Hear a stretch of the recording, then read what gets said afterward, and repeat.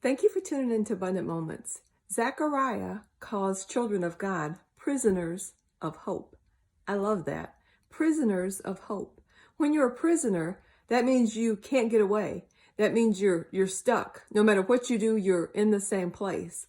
And when we truly trust in God and we're truly children of God, we are prisoners of hope. No matter what happens, we know that hope is the anchor of our soul, as the New Testament teaches us.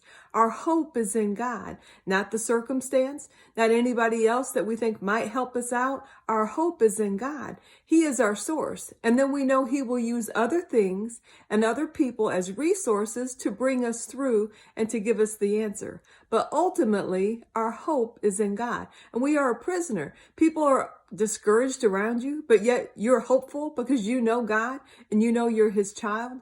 People are getting down and depressed, but yet you remain hopeful because you know, hey, this is going to pass because God is for us and He's not against us, and I'm trusting in Him.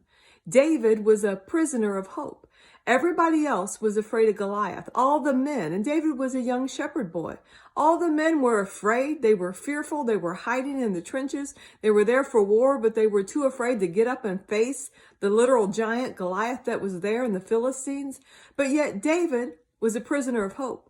And when he saw that giant, everybody else thought, oh, he's so big. And David thought, yeah, he's so big, I can't miss him because my hope is in God. He knew he had a covenant with God.